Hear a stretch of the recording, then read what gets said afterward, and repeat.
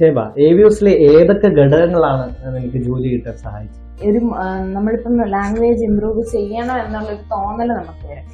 ഞാനായാലും കൂടി ഇവിടെ വന്നത് പിന്നീട് ക്യാബിൻ ക്രൂസിന്റെ ഇന്റർവ്യൂ, എക്സ് ക്യാബിൻ ക്രൂസിന്റെ ഇന്റർവ്യൂ അങ്ങനെ കണ്ട് ആരതി ചേച്ചി എനിക്ക് ഒരുപാട് റീൽ ഷെയർ ചെയ്തിട്ടുണ്ട്. സിബിൻ സാർ ആയാലും ആരതി ചേച്ചി ആയാലും ഇങ്ങനെ ഇന്റർവ്യൂവിനെ ബേസ്ഡ് ആയിട്ടുള്ളത് അത് പഠിക്കുക, കുറച്ചൊരു അഡ്വാൻസ്ഡ് ആയിട്ടുള്ള സെൽഫ് ഇൻട്രോ. ആദ്യം നമ്മളെ കൊണ്ടൊരു സെൽഫ് ഇൻട്രോ പ്രിപ്പയർ ചെയ്യിപ്പിച്ച് പിന്നെ അഡ്വാൻസ്ഡ് ആയിട്ടുള്ളത്, അതിപ്പം ഹിന്ദിയിലായാലും ഇംഗ്ലീഷിലായാലും അതുകൊണ്ട് നമ്മളെ ഓരോ ഇങ്ങനെ ട്രെയിൻ ചെയ്യിപ്പിച്ച് അപ്പൊ നമുക്കൊരു കോൺഫിഡൻസ് വരും. എന്റെ കോൺഫിഡൻസ് ബൂസ്റ്റ് ചെയ്യുന്നതിൽ AVS വളരെ ഒരു നല്ലൊരു റോള് AVS ഉണ്ട്. അതുപോലെ തന്നെ നമുക്കിപ്പം ഒരു PPT എടുക്കുകയാണ്. ഇവിടെ പല സ്റ്റുഡൻസിനും PPT ചെയ്യാൻ അറിയത്തില്ലായിരുന്നു. അപ്പൊ നമുക്ക് അത് പറഞ്ഞു തന്നു. CV ക്രിയേറ്റ് ചെയ്യുന്നത്, പിന്നീട് ഇമെയിൽ ചെയ്യുന്ന എങ്ങനെയാന്ന് പോലും നമുക്ക് ഇവിടെ പഠിപ്പിച്ചു തന്നിട്ടുണ്ട്.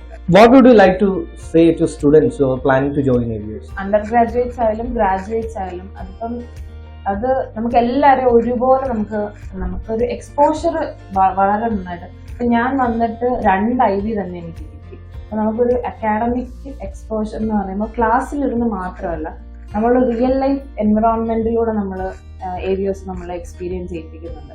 അത് എനിക്കൊരു ആഡഡ് ബെനിഫിറ്റ് ആയിരുന്നു. കാരണം എന്റെ CV നോക്കിയ സമയത്ത് അവർ CR ട്രെയിനിങ്ങിന്റെ കാര്യം അവർ എടുത്ത് ചോദിച്ചു. എനിക്കതൊരു ആഡഡ് ബെനിഫിറ്റ് ആയിരുന്നു.